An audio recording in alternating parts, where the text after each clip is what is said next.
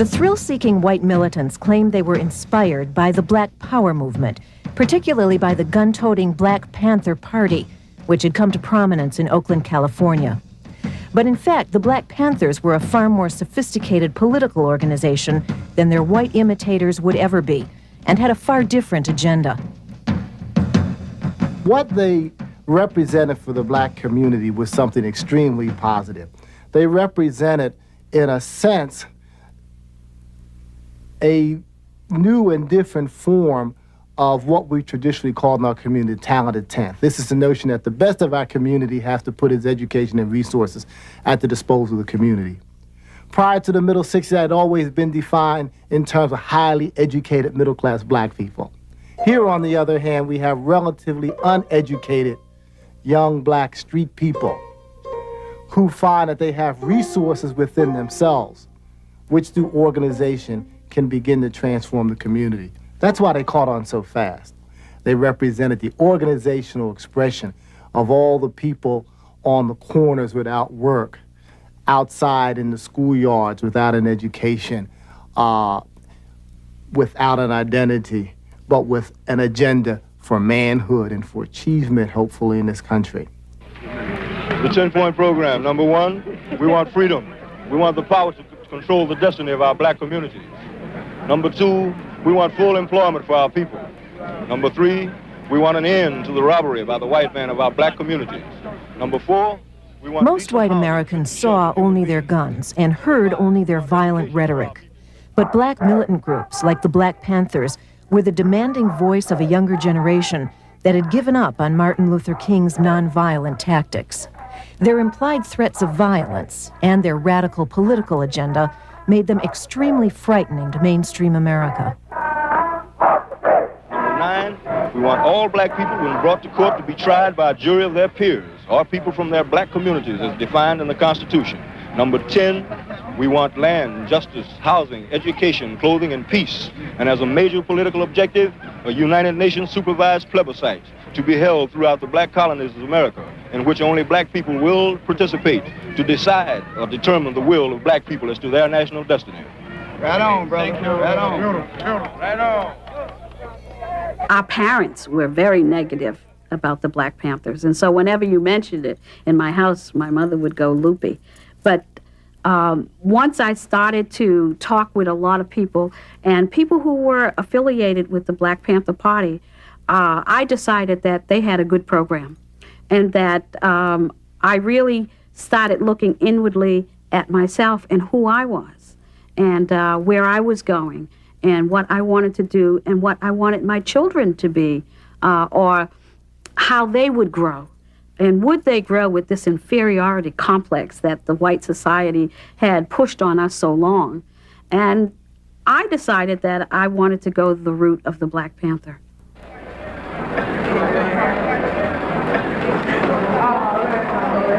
Congratulations, you're now registered to vote in the Alameda County of California. As the Panthers organized voter registration drives, health centers, and food distribution programs, they won growing support in black communities nationwide.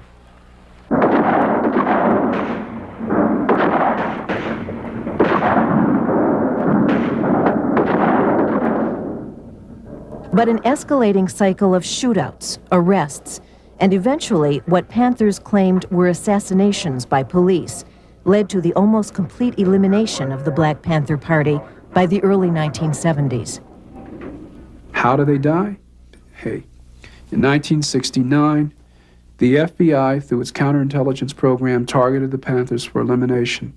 There's plenty of documentary evidence that shows this.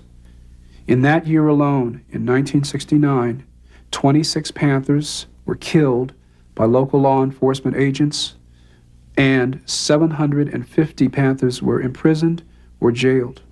The organization was largely destroyed systematically by the local and federal authorities.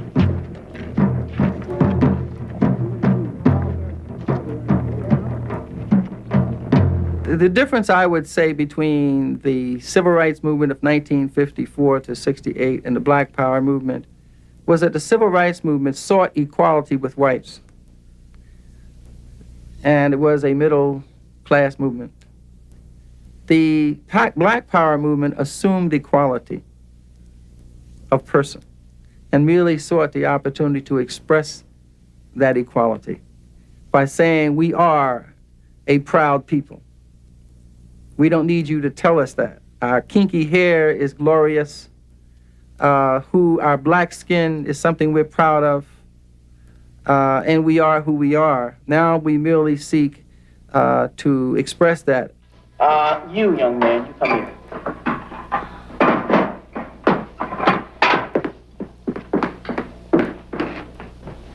You're a Negro. No. I am your teacher. You are a Negro. No.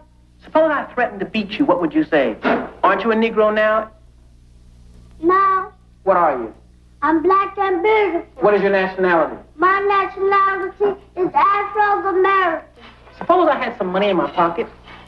Suppose I gave you $1 to say that you're an American Negro. This is money now. Money talks. Money talks. This $1. And if you don't say it, you don't get it. You're an American Negro, aren't you? No. You won't have any money. You know you need money, don't you? Yeah. You need money to live, don't you? Yeah. All right. All you have to say, Leon, is that you're an American Negro. Aren't you an American Negro? Are you an American Negro? No. What are you? I'm black and beautiful. What's your nationality? My nationality is Afro-American. Very good, man. Keep it up. Go sit down. You had to think about that a minute, didn't you? Yeah. All right. All right, everybody. What is your nationality? My nationality is... I remember getting my afro. I used to, straighten my hair with the chemicals, and you'd burn your head, and it was very expensive. And, and I remember showing your Africanness and your blackness by wearing an afro. And I remember having beautiful dashikis, beautiful. It's like a garment that's like a shirt with beautiful, brilliant colors. And you just had this regal sense. I also remember learning for the first time in college that African culture was a wonderful culture. It wasn't ooga booga and idiot people, running through the jungles. We were very brilliant and had great cultures. I remember the pictures of the African kings and queens, and there was this whole sense of, hey, this is all right. And reading Lerone Bennett's book, Before the Mayflower in African American Studies, you are denied that history in, at least as I was, growing up in the 1950s and 60s. Nobody tells you that. And it looked like everywhere you went, somebody was trying to see who could be the blackest and whatever, I don't care where it was. Somebody get up on a box making a speech, and somebody was, a brother was always trying to show that he was blacker than somebody else. We went through a heavy wave of African, Swahili, the language. Then we began to name our children African names. In our home, Wednesday night? Friday. Every Friday, my husband gave our children an assignment. They had to learn something about Africa and report on it. And it paid off. It really did. It paid off, And today they really appreciate it. You don't have to go around wearing it on your collar, but it comes out, and you know who you are.